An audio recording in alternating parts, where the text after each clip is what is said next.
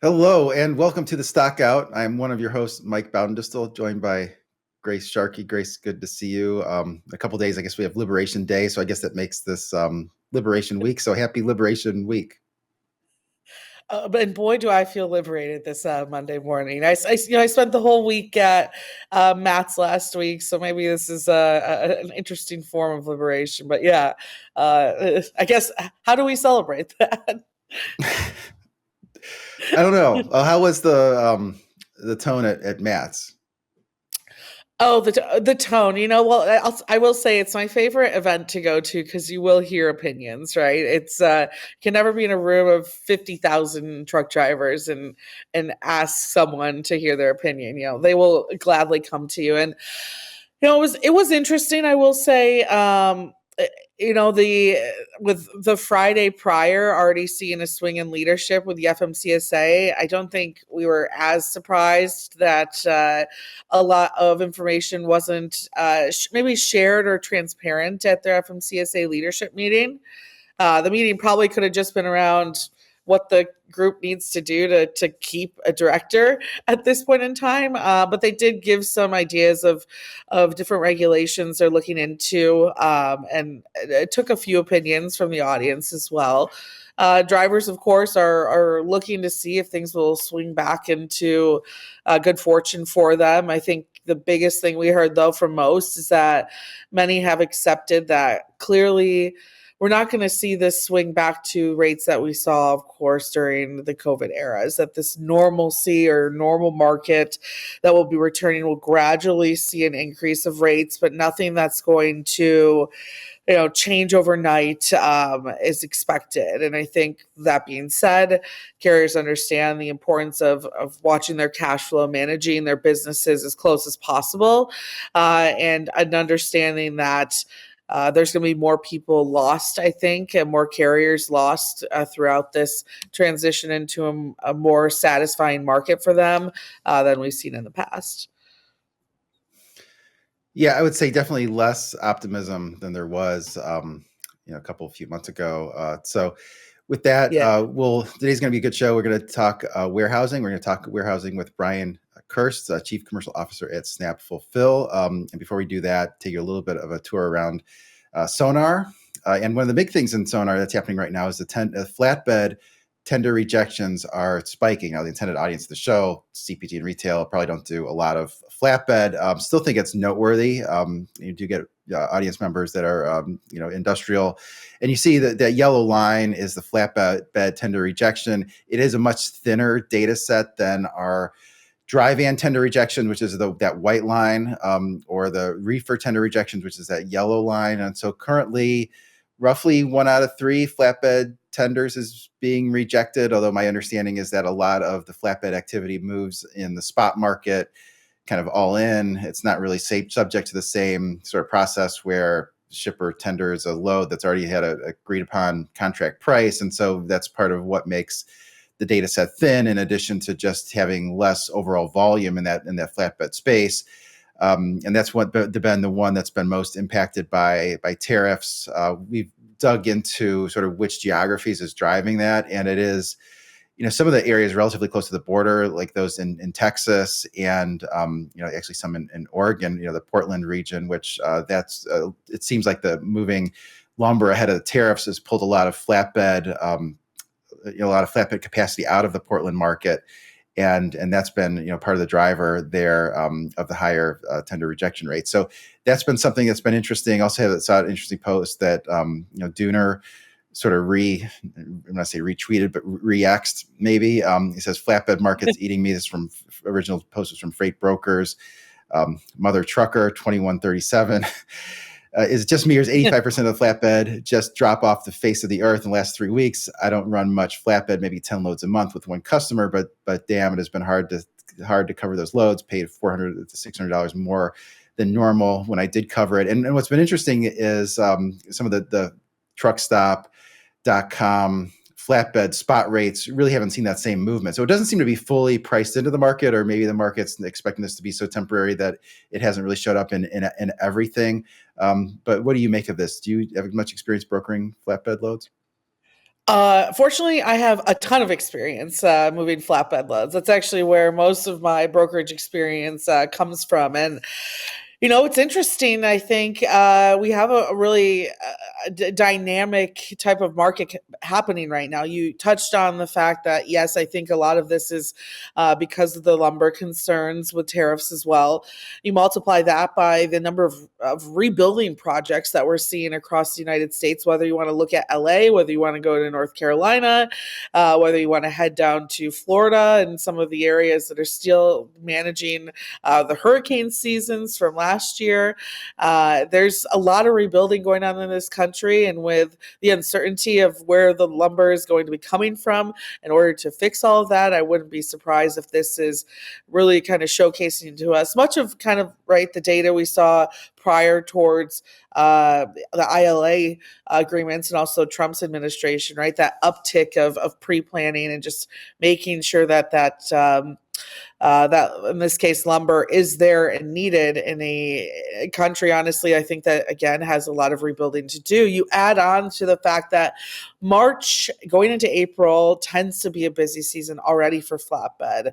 I will say from the Midwest or perspective, we haven't seen much snow here over the last couple of weeks, which even looking at my own yard, we're going to start to see a lot of the nursery farms, right? Or mulch and a lot of these more spring gardening supplies and trees and that sort. All those things that go on a flatbed are going to start being dug up as the ground starts to unfreeze, and those are going to go to building locations as well for that aspect. You also have agricultural equipment that's moving. So I think what we're seeing is the normal uptick that we would see from flatbed at this time, multiplied by the fact that we have concerns with where our lumber is going to be coming from, mixed with a big need for rebuilding as well. Then you add on the fact that there's a lot of just, I think, building projects in particular when it comes to housing that's being thrown into this equation too. And it makes for a perfect flatbed season. So yeah, for those out there moving flatbeds, I'm sure you're calling. I would say be sure that you're calling and getting your capacity up, because if I'm seeing shippers and truckers making posts like that, especially on the Freight Brokers Reddit page, then I can assume that most flatbed shippers are feeling that pain. The data on Sonar is definitely showcasing that too. Lots of good points there. We should not forget about the seasonal component to flatbed. Lots of particular multifamily units are being built here. Also want to talk about LTL rates. And, Craig Fuller and Zach Strickland did the State of Freight on Friday afternoon. And kind of the one thing I just really had highlighted in my notes was Zach's comment that he does not expect LTL rates to rise this year. And this is a chart we now have in Sonar for LTL rates. The white line is long haul LTL rates per ton in the class 70 to 85 classification specifically. The red line is also long haul LTL, but in the class 50 to 65. Really do have to segment those by how dense the freight is, and kind of responsive. Ask question from the audience, wanted to know what they thought about LTL rates this year. Zach doesn't think those are going to rise. A big part of the inflation that you've seen from 21 to 22 was really just sort of overall market inflation. But the reason why it stayed elevated and hasn't had sort of the same pull of gravity like you've seen from the other freight sectors was Yellow's bankruptcy that took place in August of 2023. So kind of in the middle part of that chart. And you do see that bounce right around, if you look in kind of the lower axis, 2023, look at July, look how much that's spiked up, and still kind of stayed at a level higher than that. Now he thinks the bubble is sort of burst there. Not likely to see LTL rate increases until the truckload market turns. Not clear exactly when that is going to be, but wanted to call that out also as something that I found interesting. Would you agree with that, or did you have any other takeaways from the State of Freight? I do agree with that. I think that last piece that you touched on is probably the big one, and of all the truckload reporting that we do here, our audience shouldn't be surprised that. Yeah, I agree. I think that we won't see big LTL rate increases right till we see the truckload market tighten, and from what we've talked about, that's not happening. I think, anytime soon. And if anything, it'll be very, very gradual. So I think the same thing, right? We'll probably likely see the LTL rate increases coming. Um, uh, Quite literally a mile away. It's nothing I think that's going to dramatically change again anytime soon. So I would say from what we're hearing from at least the truckload side, there's no changes, big changes happening until probably later this year. And I would put that right in line with LTL as well. Plus, on top of it, I think a lot of what we see LTL move in regards to especially this show, right? We just don't see consumer spending. And if they are, they might be putting that apparently burrito on a buy now, pay later schedule. So again, I don't know where this extra demand, especially for what we see LTL companies commonly moving, coming back anytime soon. Yeah, that sounds perfect. Eat now, pay later, maybe instead of just buy now, pay later. But yeah, why don't you go ahead and intro our guest today? Of course, yeah. Eat now, pay later. I love that. And this in particular, we're going to get into a little bit of some warehousing automation data in particular. Get a little bit into the tech side with a guest here from Snapfulfil. Now, Brian Kirst is a chief commercial officer over there, and the best thing about Brian, I will say, Michael, is that he once was a customer turned employee. So, Brian, I'd love to hear a little bit of your background and a quick intro to Snapfulfil as well. Thanks. Good to see you guys. Yeah, so I got my start in the operations and logistics space. Spent a lot of time in warehousing. I co-founded 3PLs where we deployed Snapfulfil. So I was a customer of Snapfulfil for almost 10 years. So I have a lot of applied knowledge of the importance of software and automation within the four walls of the warehouse. So I brought that experience over and happy leading the team here at Snap the last couple of years.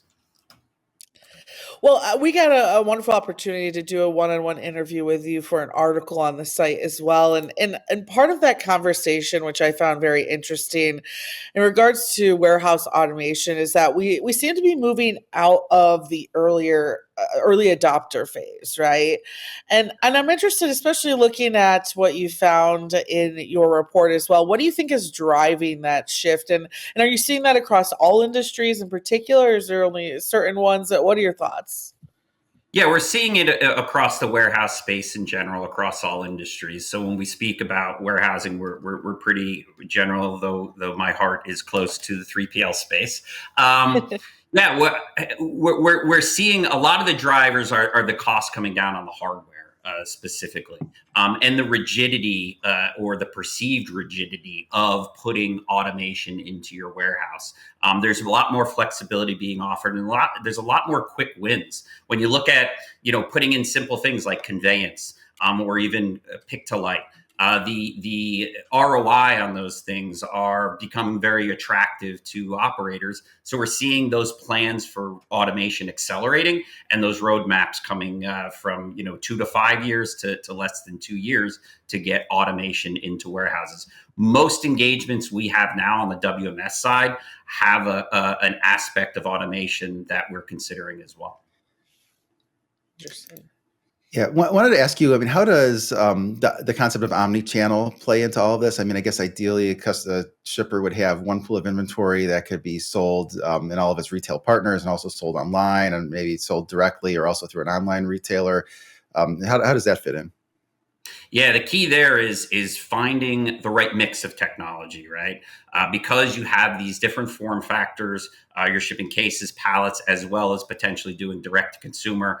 You have considerations like last mile. So we're seeing that lean towards micro fulfillment even to accommodate those last mile requirements to get product in the hands of consumers faster. So the mix of automation that you're using becomes more important. Whereas in the past, you'd go to a single vendor and deploy an AMR solution or a conveyance solution. Now we're looking at warehouses, looking at what's the landscape of automation and how to have the right mix of automation to bring those goods to person, to get that efficiency up, to augment that labor and really start to put those solutions in place that are going to have an overall impact on the warehouse and address the omni-channel challenges. Yeah, I want to dive into what is maybe holding them back from adoption. And I believe we actually do have a chart here as well for our audience to kind of see what those big challenges were. I love if, Brian, if you could dive into this and share some of the reasonings that companies are maybe delaying their automation roadmaps in particular.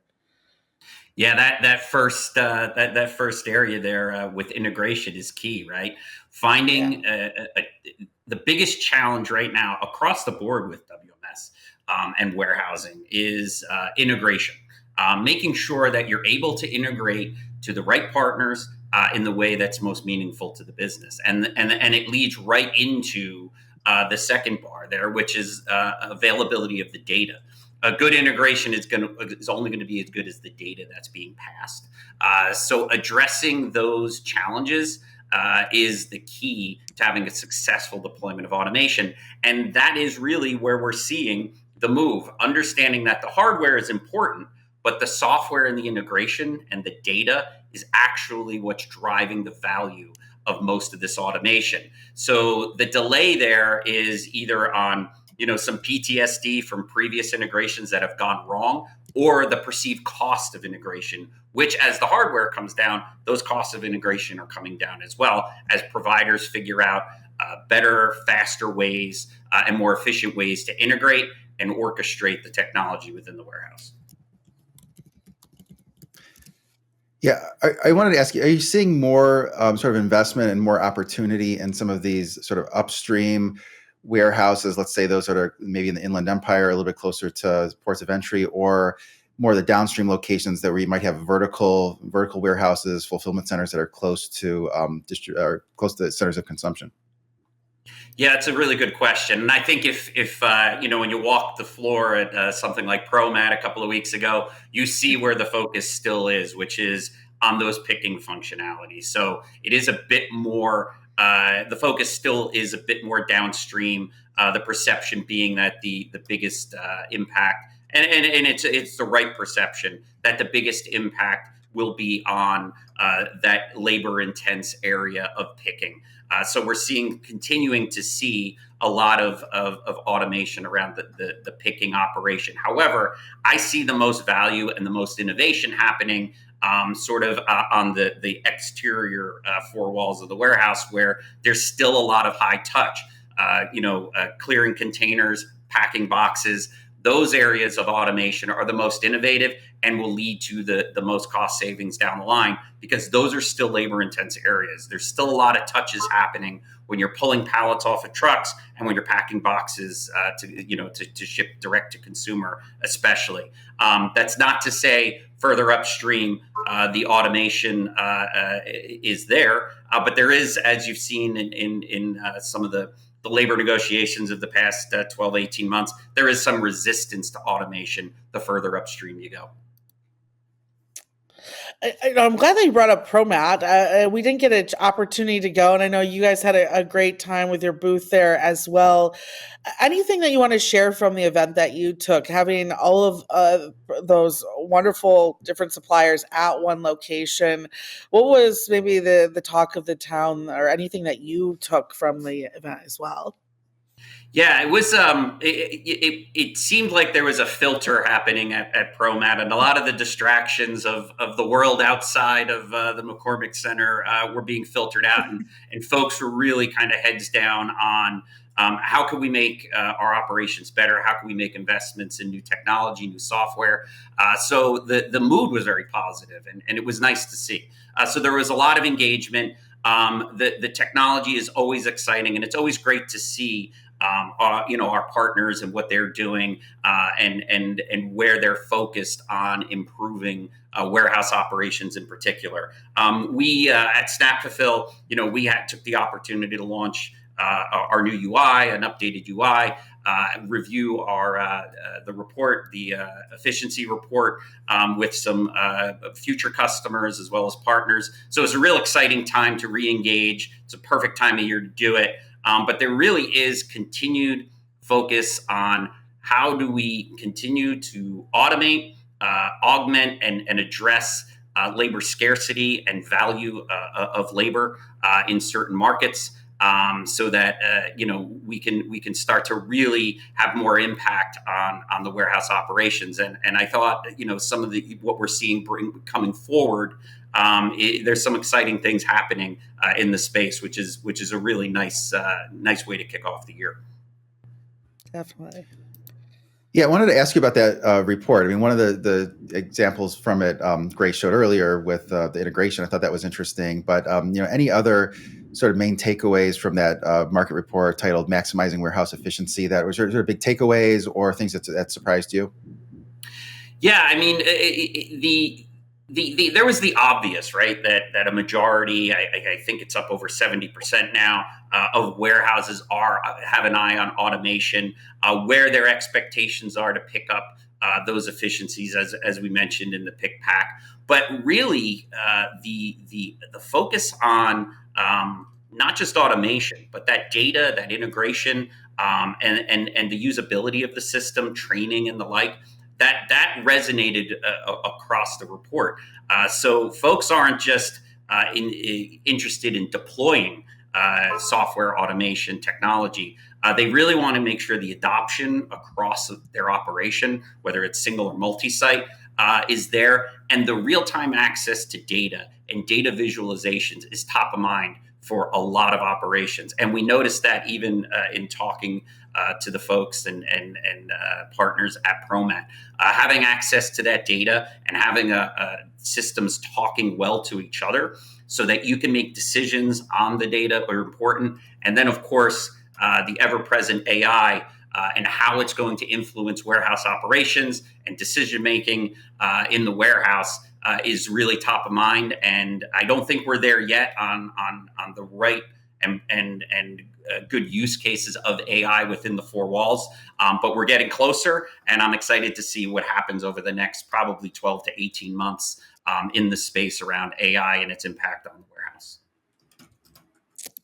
I am excited as well. I think it's interesting to see that moment that we talked about at the very beginning of this, right? The fact that we're moving out of this early adopter stage. And I agree. I think a big part of this, right, is that pricing for a lot of this technology is becoming more acceptable from, I think, a lot of companies and somewhere in their budget that they can, manage these costs, especially for the outcomes that you touched on, right? The fact that we're seeing these labor shortages in particular in some areas, and a lot of these technologies I think will help with that. But also something I think we touched on in our discussion for the article too, right, is like bringing in a different generation of workers who are going to want to use the best and brightest technology as well. So it's an interesting mix. And Brian, as we wrap up this interview, if interested in what you're working on now, what we can expect from Snapfulfil for 2025. Yeah, we have some exciting announcements that are going to come at the second half of this year. I can't share too much about it now, but we're really excited for Snapfulfil was a leader when it was launched in 2006 in the cloud WMS space. It was quite disruptive, and I think we're going to have a similar impact later this year as we make some further announcements to our products. And really, our new UI is out there and rolling out to customers. Very exciting, and our data visualization, Snap Reveal. We are really excited as customers now have real-time access, customizable visualizations of the data happening in their warehouse. So it's an exciting year for us at Snap. Love it. It's great. Looking forward to seeing those announcements. We'll have to have you back on when those take place to have you talk about them. Absolutely. Would love to be here. Thank you so much, Brian. And for our audience, it should be an exciting week as we just got off a wonderful carrier event, jumping into Liberation Week, as Mike said earlier. For our audience members, make sure that you join our community. Head to FreightWaves.com and join the Stockout. Hey, while you're there, join Fraud Watch as well. And remember that we do have a wonderful fraud event coming up here in May. So go to live.freightwaves.com to check out all of our live events. sounds like from some Craig tweets too, we might have some interesting smaller events happening throughout the year. So make sure you always check in on that page. And for our audience on this wonderful show, I mean, thank you so much for watching, for checking out Mike's wonderful newsletters, and we'll be back next week with some more CPG and retail news. Until then, I mean, keep shopping so we have something to talk about.